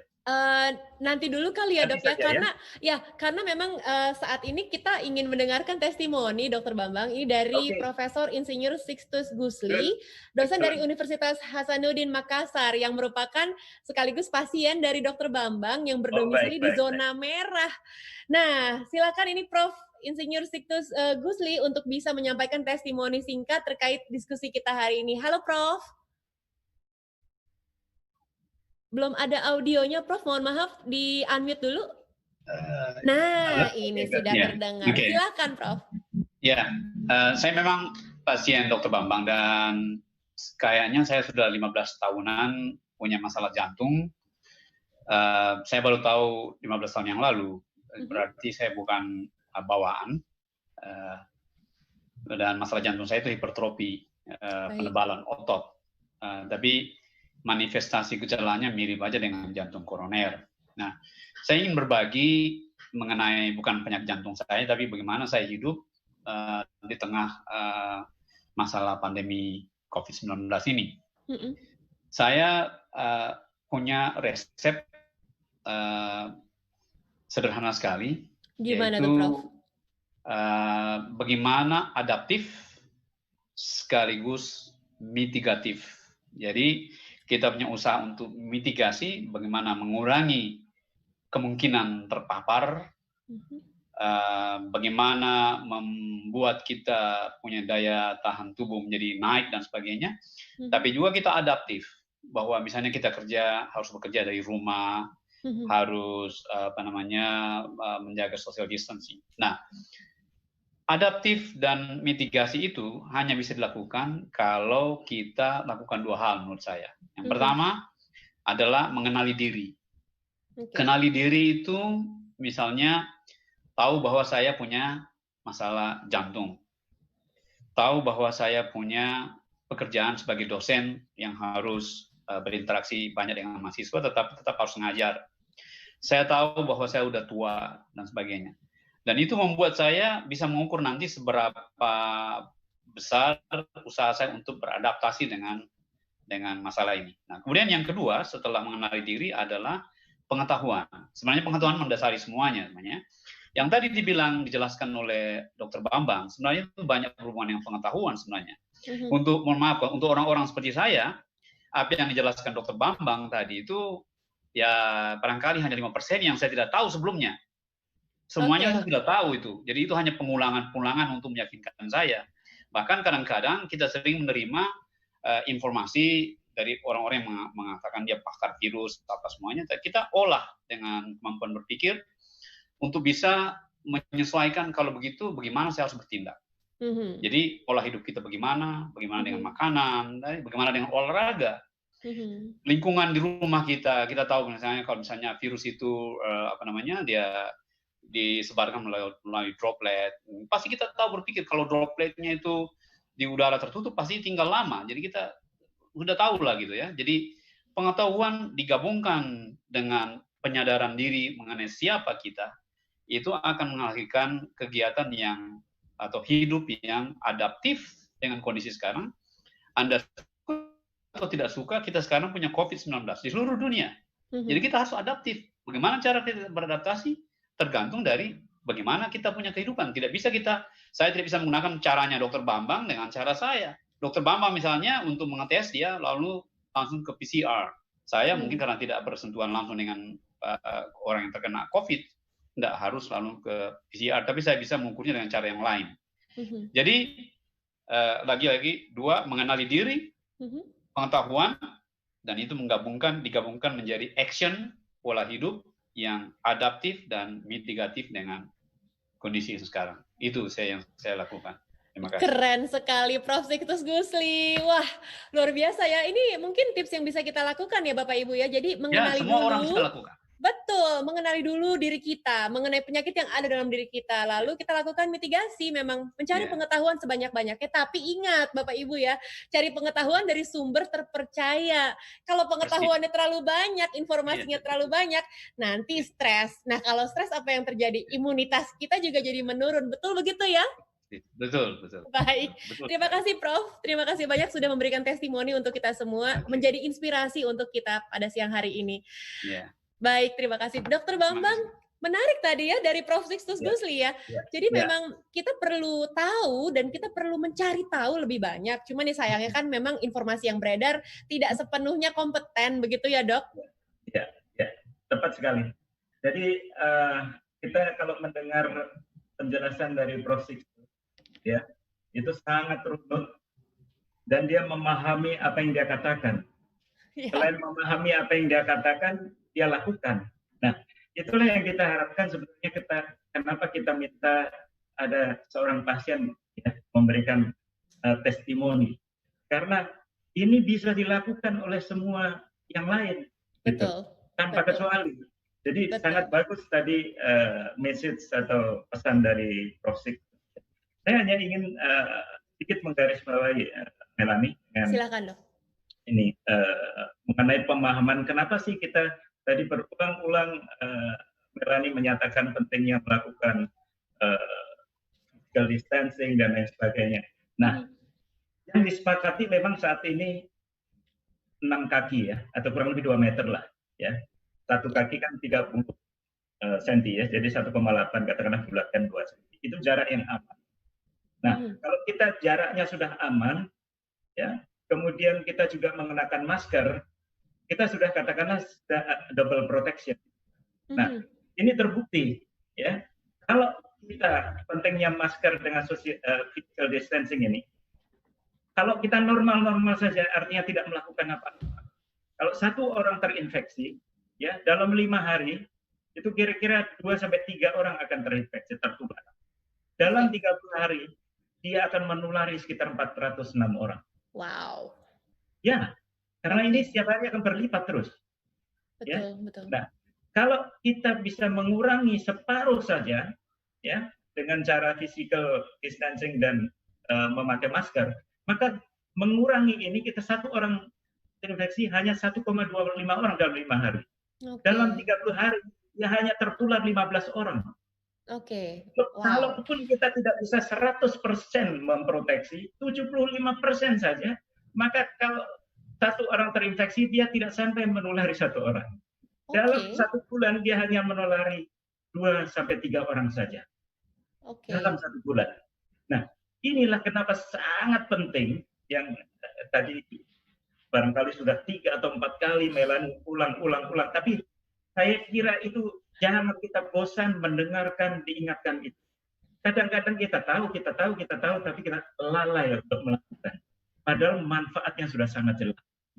Nah, ini juga pemahaman apa yang disebut tadi. Kenapa kok 6 kaki? Tapi ternyata sekarang ada yang disebut mikrodroplet. Nah, ini lagi nih, Dok. Mikrodroplet itu dia lebih bisa jangkauannya lebih panjang, dari 8 sampai 9 meter. Nah, bagaimana kita mau? Ya tetap tadi sebenarnya. Kalau kita jaga jarak maksimalnya tidak dapat, setidaknya kalau kita terproteksi dengan masker, kita bisa mengurangi sedemikian besar potensi untuk terjadinya ini. Jadi ini sangat penting bahwa mikrodroplet itu bisa, kalau orang bersin, batuk, itu bisa sampai dropletnya sekitar 2 meter, dia sudah karena efek gravitasi dia turun ke permukaan. Tetapi yang lebih kecil lagi dia bisa terus, ya. Kalau ini terjadi di ruangan tertutup lebih berbahaya lagi. Lebih berbahaya. Lebih lama dia di situ. Oleh karena konsep mikrodroplet ini sekarang benar-benar diperhatikan di rumah sakit, karena rumah sakit adalah tentu saja ruangannya hampir semua tertutup, ya. Betul. Jadi, tapi kalau ini di luar outdoor, maka potensi ini menjadi semakin kecil karena terjadi pengenceran virus. Ya. Di ruang terbuka atau di ruangan yang ventilasinya bagus, ini menjadi ini. Itulah konsep-konsep yang barangkali harus kita pahami bersama. Baik dokter. Ada etika yang harus diperhatikan nggak ya, Dok, ya, mengenai etika bersin, etika batuk, itu kan juga perlu dipahami ya. Bagaimana tuh, Dok? Ya, jadi kalau kita batuk atau bersin, ya, satu, apakah kita memiliki sapu tangan atau tisu, ya, yang bisa kita gunakan supaya tidak terjadi penyebaran dari virusnya, ya. Kemudian melakukan tindakan yang disebut ini, kita lihat ya, kalau batuk atau bersin itu sebaiknya kita menggunakan siku kita untuk menutup. Ini juga menahan. Ya, kalau kita tidak ada tisu atau ini, kita mendadak mau bersin kan kadang-kadang nggak sempat ambil. Betul. Nggak bisa mikir ya, Dok. Sapu tangan udah keluar aja dulu. Nah, ini refleks, kita harus melakukan refleks yang baik. Jangan melakukan seperti ini.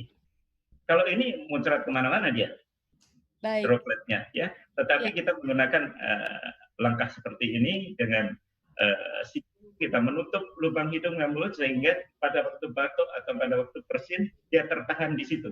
Tapi kita harus ingat bahwa bagian itu sudah terkontaminasi, jangan kita sentuh-sentuh kemudian kita sentuh muka dan lain sebagainya. Nah, itu dia yang harus diingat juga ya.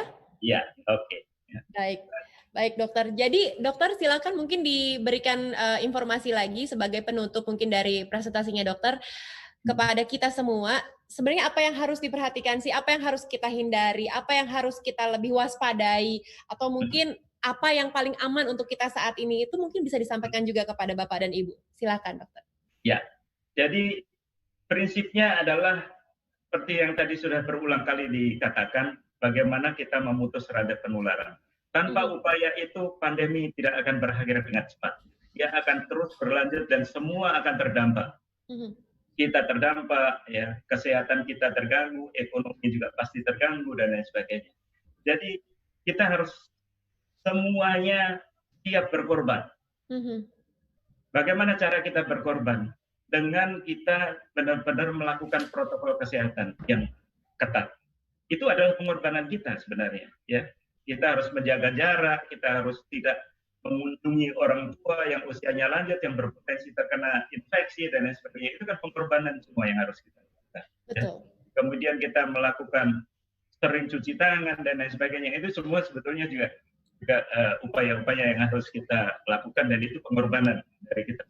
Jadi tidak ada cara lain yang efektif untuk memutus rantai penularan jika kita tidak melakukan protokol kesehatan yang sangat mudah untuk dilakukan. Ya, tinggal kemauan kita saja. Oke, baik dokter, terima kasih banyak dokter. Ya, kasih. Sekarang saya ingin ke Pak Along. Pak Along. Silakan. Pak Along. Ya. Nah, saya tuh selalu kaget-kaget setiap melihat backgroundnya Pak Along, ini keren sekali loh Pak. Ini daerah CBD di Summarecon Mutiara Makassar ya Pak ya? Ya, nanti beginilah jadinya. Keren. Tadi kalau kita lihat Dokter Bambang punya background itu juga nggak kalah keren dari Pak Along. Iya, itu Dokter Bambang yang ngomong lah. Dokter Bambang lagi berada di mana sih di background-nya itu? Mute. Oh, boleh di-unmute dulu, Dok. Mohon maaf. Jadi ini waktu saya jalan-jalan diajak jalan-jalan ke sana, ya. Orang kan selalu bilang kalau nggak lihat nggak percaya. Nah, makanya saya mau ingin lihat sendiri bagaimana environment di sana, ya. Kemudian ditemani oleh Pak Along melihat-lihat. Ini salah satu yang bikin saya takjub.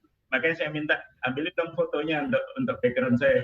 Keren. Jadi ini di Sumarekon Mutiara di Makassar nih, salah satu yang nanti Pak Along bisa jelaskan di mana lokasinya ini. Baik, jadi ini sebagai gambaran interior design yang ada di Sumarekon Mutiara Makassar, begitu ya Pak Along ya? Kurang lebih ya, dokter sampai langsung di foto jadi background hari ini. Oke, Pak Along, kalau misalnya begini nih, saya kan sekarang menjadikan rumah itu sebagai bukan hanya fisiknya saja, tapi menjadi hunian, menjadi tempat tinggal untuk saya dan keluarga. Tempat di mana saya bisa merasakan kenyamanan yang luar biasa, tempat di mana saya bisa mendapatkan kesehatan yang baik, tempat di mana saya bisa bekerja dengan baik. Rumah sudah menjadi sangat esensial gitu ya bagi kita saat ini. Nah, kalau saya suatu hari nanti misalnya saya beli rumah nih Pak di Sumarekon Mutiara Makassar, fasilitas apa sih Pak yang bisa saya dapat, dan apakah nanti ada mall juga di kawasan Sumarekon Mutiara Makassar seperti kawasan-kawasan lainnya yang sudah ada di Sumarekon Kelapa Gading, Serpong, Bekasi. Nah, ngomong-ngomong mall, mungkin Pak Along juga bisa cerita kapan rencananya mallnya akan dibangun di Makassar. Pertanyaan saya banyak ya Pak, soalnya udah penasaran banget sama Sumarekon Mutiara Makassar. Ya, jadi pertama gini ya, kita patut berterima kasih dulu ke Dr. Bambang dengan Prof tadi sudah bantu mentestimonikan bagaimana kita menghadapi pandemi COVID ini. Itu yang paling pertama dulu. Tadi dari ulasannya Dr. Bambang, bukan cuma dari diri kita. Imun itu tidak cukup, tapi bagaimana supaya kita protek diri jangan sampai kita diserang. Satu. Kedua. Ketiga, environment kita juga perlu, tempat tinggal kita juga perlu. Jadi memang kebetulan saya lagi observasi ya, Sumarekon ini sudah kembali sebelum COVID terjadi ini sudah merancang satu produk baru ya. Sudah melakukan satu produk baru, yang mana produk ini sudah mengadopsi new normal ya. Jadi saya bisa lihat dari desainnya saya sudah lihat bahwa di dalam rumah itu, kalau kita biasa masuk ke rumah kan semua tertutup. Nah, rumah ini ada satu space ya. Jadi inner court ya, inner court-nya itu sangat langsung berhubungan dengan udara luar. Wah, keren banget. Ya, jadi pencahayaannya ya, sirkulasi udaranya itu sudah ini. Jadi saya juga bingung. Padahal desain ini sebelum COVID loh. Tapi sudah dipikirkan betul-betul ya. Sangat visioner berarti di Sumarekon ya. Dan kedua, memang Sumarekon juga di Kelapa Gading, di Serpong, di Bekasi sudah mengadopsi fiber optik dengan backbone yang ini dan sudah mengantisipasi ke depan bahwa memang itu sangat dibutuhkan untuk ke depan. Nah, di sini juga, ini kan juga konsep smart home ternyata. Sudah konsep smart home. Nah, dengan environment di sekitar luarnya itu juga sudah menandakan bahwa inilah sebenarnya kalau mau, bukan jualan ya, ini kan tadi kita bicara kesehatan, jadi memang kita butuh satu tempat yang environment-nya bagus. Saya pikir ini sudah future normal way to live ya, jadi kita tidak bisa sembarangan lagi, dan nanti ini akan jadi kebiasaan. Di Kota Makassar, saya melihat Sumarekon sudah mengadopsi ini, jadi bukan jualan lagi, this is the fact. Ya mungkin yang dengar ini kalau seperti Pak Bambang bilang, Dr. Bambang bilang kalau tidak lihat sendiri ya tidak percaya lah, kira-kira begitu. Nah kira-kira begitu, Melani. Baik Pak Along. Dr. Bambang juga mungkin bisa menambahkan ya bahwa memang lingkungan yang nyaman dan sehat seperti inilah yang saat ini kita butuhkan ya dokter ya. Karena memang saat ini faktanya yang terjadi memang seperti Pak Along bilang ya, inilah yang terjadi. Kita memang sama-sama sedang menghadapi pandemi. Kita butuh satu lingkungan tempat tinggal yang bisa menjaga kita, bukan hanya sehat secara lahirnya, tapi juga sehat secara batin begitu kan. Melihat pemandangan yang begitu indah seperti ini, bisa berolahraga di jalan yang lebar seperti ini, dengan kondisi dan suasana yang sangat nyaman, ini menjadi impian bagi kita yang saat ini ya mudah-mudahan bukan hanya sekedar mimpi aja Bapak Ibu, tapi juga langsung direalisasikan begitu karena sudah menjadi kebutuhan. Nah, bagaimana Dok? Ini oke banget ya Dok ya kalau untuk lingkungan tempat tinggal ya? Sangat.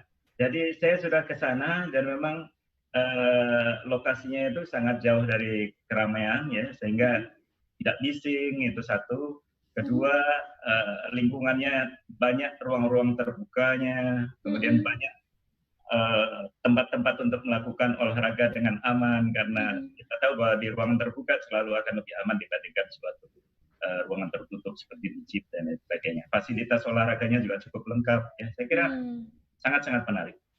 Oke, terima kasih Dokter Bambang. Nah, Pak Along, ini memang menggiurkan sekali ya. Saya di Jakarta aja melihat ini langsung kepengen gitu rasanya punya satu rumah di sana. Nah, semua fasilitas ini memang sudah dipersiapkan ya Pak Along ya saat ini ya? Jadi tadi Bu Melani bicara masalah mall dan fasilitas lain. Iya, itu pertanyaan saya tadi tuh. Gimana Pak Along?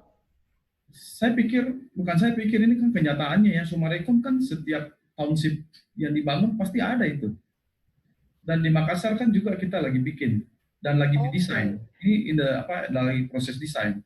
Dan memang suatu township yang sempurna itu harus seperti itu ya. Tetapi yang sekarang atau ke depan itu harus mengadopsi protokol-protokol yang lebih sehat. Nah, ini waktunya kita akan mendesain ke sana gitu loh. Jadi kan sekarang orang work from home, learn from home dan lain-lain sebagainya. Itu bukan home berarti dalam rumah saja, bukan begitu. Bisa juga di pekarangannya, kan ada clubhouse, ada apa, mau ke mall, belanja. Kita nanti di mall itu kita kan belajar dari pandemi COVID ini. Ya pasti kita bikin mall juga, pasti kita akan adopsi hal-hal seperti ini, tidak seperti sebelum-sebelumnya. Bahkan Sumarekon Mall yang lain-lainnya di Jakarta pun itu pasti beradaptasi untuk mengikuti protokol yang seharusnya untuk supaya masyarakat yang datang belanja mau datang ke Sumarekon itu nggak usah khawatir lah. Yakin kita juga bukan masing-masing masyarakat memprotek diri sendiri, tetapi kita dari Sumarekon itu juga sudah memikirkan bagaimana memprotek orang yang datang supaya jangan gampang tertular. Makanya banyak protokol COVID yang dilakukan. Nah, saya pikir dan saya lihat itu benar-benar memang begitulah Sumarekon karena dari dulu seperti itu ya. Iya, betul. Setuju saya, Pak. Konsisten sekali ya, bisa menciptakan satu hunian yang luar biasa untuk kita. Kalau kita lihat nih dari gambar slide-nya Pak Along ya, gambar rumahnya kita bisa lihat ada pencahayaan alami yang sangat baik, jendelanya tinggi-tinggi, balkonnya juga ukurannya luas. Ini kan memang semua yang kita butuhkan ya saat ini untuk tempat tinggal yang nyaman.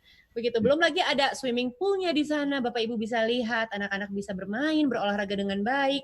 Lalu juga ada children playground-nya, lapangan basketnya, jogging track-nya buat pelari seperti saya. Ini juga merupakan satu impian yang indah kalau misalnya bisa memiliki satu hunian di sana. Nah, Pak Along, menjawab semua mimpi-mimpi kita nih Pak, apakah sekarang ini sedang dibuka penjualan untuk Sumarekon Mutiara Makassar, Pak? Tidak ada kesempatan.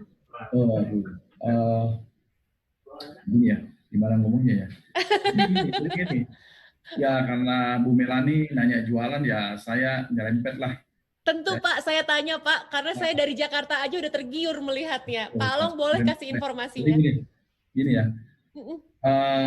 itu juga sudah dipikirkan ya, seperti saya tadi bicarakan ya. Saya melihat bahwa Sumarekon itu konsisten. Kita lihat pembangunan dengan klaster sebelumnya saja, itu tukang-tukang atau dari pekerja-pekerja dari Jawa maupun dari Makassar sendiri, itu kita biasanya kan ada orang rumahkan atau dihentikan. Kita tidak.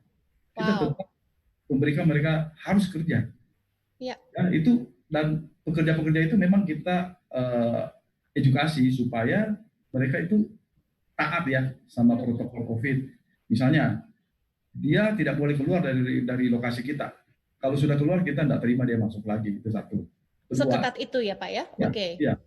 Karena kalau dia tertular satu orang, kita ada 1.000 orang loh. Kalau tertular satu kan bahaya untuk yang semua, dan itu menjadi carrier untuk yang lain-lain lagi. Nah ini yang kita jaga. Ya. Kedua, mereka kan butuh nafkah ya untuk keluarga mereka. Ini juga sudah dipikirkan. Jadi di lokasi itu kita sudah adopsi protokol yang disarankan oleh pemerintah, dan kita sudah adopsikan itu. Kedua, kalau dari tadi Ibu Melani ya, saya panggil Ibu atau Melani aja sih? Melani aja Pak. Sorry. Biar lebih akrab gitu. Oke, jadi Melani gini, kita bikin harga itu cuma 900 jutaan loh. 900 itu. Wow. Dahsyat dengan desain seperti ini, saya kaget juga waktu. Masa sih Pak, ini beneran? Iya bener, saya lihat, saya aja nggak percaya, ini pengembang ngomong kan, lihat baik-baik, oh iya benar deh 900-an. Ya, itu satu. Kedua, yang lebih hebat lagi, lebih dahsyat, kita katakan tuh, saya selalu pakai kata dahsyat ya, karena memang different ya. Beli sekarang, bayarnya 3 bulan lagi. Saya nanya, apa maksudnya ini? Maksudnya gini loh, Melani bayar tanda jadi atau bayar tanda jadilah 20 juta. 3 bulan kemudian kalau Melani memilih bayaran dengan DP cicilan bertahap, itu 3 bulan lagi baru mulai, itu bulan November loh baru mulai. Karena kita rencananya 8 Agustus nih. 8 Agustus launchingnya ya? Sumarekon itu lagi merencanakan, Sumarekon Mutiara merencanakan 8 Agustus. Itu dibuka penjualannya tanggal 8 Agustus begitu ya Pak? Sekarang sih orang sudah bisa milih-milih. Kan saya sudah sering ke Sumarekon Mutiara, saya lihat, waduh, banyak banget orang. Di galeri, di rumah contoh. Ya saya tanya, oh iya rencananya tanggal 8 Agustus nih. Bukan rencana, boleh dipastikan 8 Agustus ini akan di public sale ya, seperti itu. Tapi orang sekarang sudah bisa masukin minat seperti gitu. Nah, tadi yang saya katakan, beli sekarang bayar 3 bulan lagi. Ya. Kalau yang beli KPR itu bulan Februari loh, bulan Februari baru dia langsung melaksanakan KPR. Jadi betapa ringannya ini salah satu saya pikir luar biasa nih, memang dahsyat. Bagaimana kita sudah memikirkan dalam keadaan ini orang kan tetap mau memilih rumah yang yang sesuai dengan new normal ya, dan ini juga pembayarannya juga new normal ini tidak sama seperti biasa. Jadi cocok lah kalau Melani pengen pilih ya, nanti saya layani Melani sendiri deh, private. Siap kalau begitu Pak Alok. Wah, ini saya langsung berangkat ke Makassar habis ini Pak. Iya boleh. Oke, jadi memang harga mulai dari 900 jutaan, ditambah lagi ada kemudahan yang kita akan terima Bapak Ibu, yaitu beli sekarang, bayar 3 bulan lagi. Silakan Pak. Suku bunga Bang, sekarang Bang agak bantu. Ya, jadi kesempatan. Oke, baik. Sudah dikasih informasinya sama Pak Along tadi, Bapak dan Ibu. Jadi akan dimulai penjualan itu tanggal 8 Agustus. Jangan sampai kehabisan, karena yang saya tahu nih berdasarkan pengalaman hidup saya Pak Along, saya kan sudah lama memperhatikan Sumarekon. Itu udah pasti banyak banget orang yang kehabisan. Dan biasanya menyesal kalau udah kehabisan. Nah dari awal udah kayak kacang goreng gitu ya, jual rumah tuh saya sampai bingung kok bisa sih orang menjual rumah dengan begitu mudahnya, tapi memang Sumarekon yang bisa melakukan itu. Karena dibuktikan dengan segala hasil yang kita saksikan, yang kita rasakan saat tinggal di rumah tersebut memang luar biasa. Bukan hanya membangun rumah seperti Pak Along bilang tadi, tapi juga membangun lingkungan, membangun kehidupan, membangun kualitas hidup kita. Gitu. Jadi ini memang luar biasa sekali sih komitmen dari Sumarekon. Pak Along, terima kasih ya Pak, informasinya sudah saya catat. Saya akan segera berangkat ke Makassar, jadi Pak Along harus tanggung jawab ya, kalau saya akan segera hadir sebentar lagi di sana. Oke, baik. Bapak Ibu, kita masuk ke sesi Q&A. Banyak sekali pertanyaan yang masuk, tapi mohon maaf kami harus memilih. Ada 2 penanya yang kali ini kami berikan kesempatan. Yang pertama dari Nasrah Makassar. Dr. Bambang.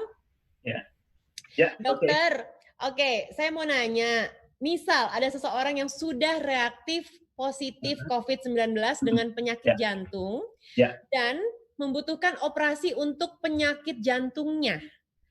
Mau nanya dokter, apakah akan dilaksanakan operasi jantung itu atau harus disembuhkan dulu COVID-nya? Yang mana dokter yang duluan? Ya, yang harus ditangani dulu tentu infeksinya, ya. Karena penyakit jantung kalau mau operasi, ya, biasanya kalau namanya operasi itu bedah, bypass ya. Kalau bypass itu tentu risiko operasi sangat tinggi, itu satu. Kedua, kalau orang dalam keadaan infeksi yang masih belum terkendali, tentu risiko operasinya menjadi semakin tinggi. Apalagi ini infeksi yang berpotensi untuk menimbulkan penularan dan lain sebagainya, baik ke alat, ke dokter, dan lain sebagainya. Sehingga tentu saja fokus harus dituntaskan dulu, ya, infeksi COVID-19-nya selesai, baru nanti dipikirkan tindakan untuk operasi setelah kondisinya stabil. Oke, jadi itu langkah-langkah yang harus dilakukan dulu ya dokter ya, supaya keadaannya menjadi stabil dulu. Oke, baik. Nah, ini saya baru dapat informasi, mohon maaf, kita hanya akan memberikan kesempatan untuk satu penanya, Bapak Ibu, karena keterbatasan waktu. Jadi saya berharap mudah-mudahan semua informasi yang sudah disampaikan oleh Dr. Bambang, juga Pak Along tadi, bisa bermanfaat untuk kita semua, sehingga kita jadi semakin sadar bahwa COVID-19 ini memang benar adanya, ada di sekitar kita, tapi kita sudah siap dengan semua informasi yang sudah kita dapat, apalagi dari webinar hari ini, semakin kaya informasi yang kita miliki, tambah lagi kita juga bisa melakukan banyak hal untuk pencegahan, seperti yang Dr. Bambang sudah paparkan tadi, apa saja yang bisa kita lakukan. Saya berharap mudah-mudahan Bapak Ibu jadi semakin pandai ya untuk menjaga kesehatannya dan berperang melawan COVID-19. Dan jangan lupa kalau ingin tinggal di lingkungan yang nyaman, supaya bisa memproduksi imunitas yang baik gitu ya, antibodi yang baik, jadi kita tetap sehat, tetap produktif, tetap bisa menikmati kebersamaan bersama keluarga. Coba pilih lingkungan yang nyaman tempat tinggalnya, seperti di Sumarekon Mutiara Makassar. Ya, baik. Terima kasih banyak Dr. Bambang buat hari ini atas waktunya dan semua pemaparannya. Terima kasih banyak Pak Along untuk informasi hari ini. Semoga semua yang disampaikan bisa menjadi pahala ya, karena bermanfaat sekali untuk kami semua. Oke, dan saya juga ingin mengingatkan bahwa kita juga masih memiliki acara lainnya. Jadi masih ada kesempatan Bapak Ibu kalau misalnya ingin, oke, saya pengen dapat hadiahnya dong dari Sumarekon Mutiara Makassar, boleh langsung saja hadiri acara tanggal 17 Juli, ya, hari Jumat, yaitu tren investasi properti pada jam 15 WITA atau jam 14 waktu Indonesia Barat, bersama dengan Bapak Syarif Benyamin selaku Direktur Sumarekon, Ibu Maria Herawati selaku Country Manager Rumah 123, dan Darmadi Darmawangsa selaku pemerhati properti. Hostnya masih bersama saya juga, nanti akan ada banyak hadiah untuk Bapak Ibu seperti yang tadi saya sudah bilang. Ada voucher menginap di Movenpick Hotel dan Resort Jimbaran, Bali. Jadi langsung daftarkan, nanti informasinya akan kita berikan di Instagramnya Sumarekon Makassar. Jangan sampai ketinggalan ya. Oke. Boleh 15 detik? Boleh, silakan ya, dokter. Sebagai closing statement mungkin dokter boleh merecap semuanya ya? Saya bukan closing statement, tapi gimana dokter? Supaya para pemirsa yang sudah meluangkan waktu tidak kecewa, ini ada banyak sekali pertanyaan, ada 15 atau 16.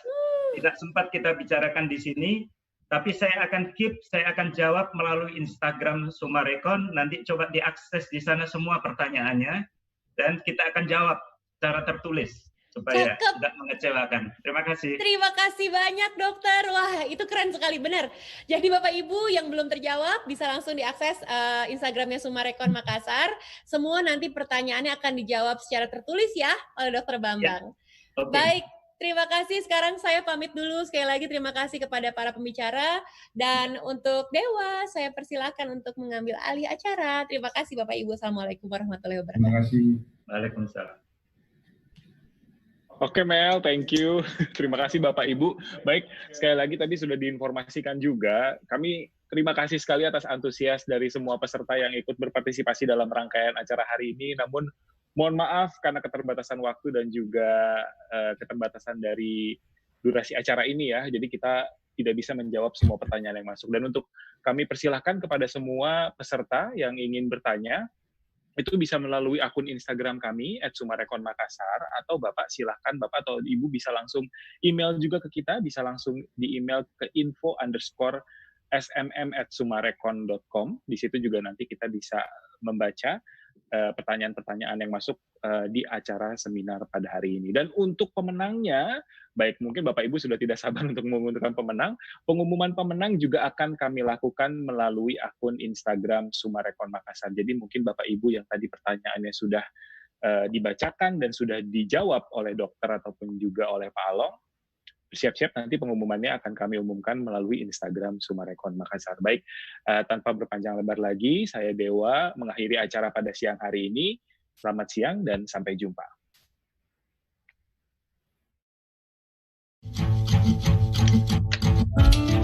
Inilah semangat perjalanan kami membangun kehidupan. Menghadirkan senyum dan kehangatan.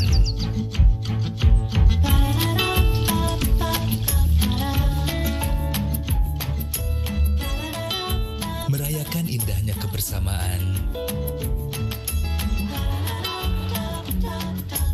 serta hari-hari mereka meraih impian. Mewarnai hidup penuh suka dan cinta.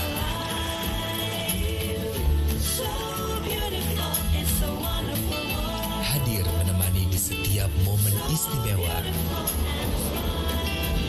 Kebersamaan ini akan terus menyalakan semangat kami untuk terus membangun kehidupan berkualitas di masa depan. Sumarekon, wonderful life, wonderful world.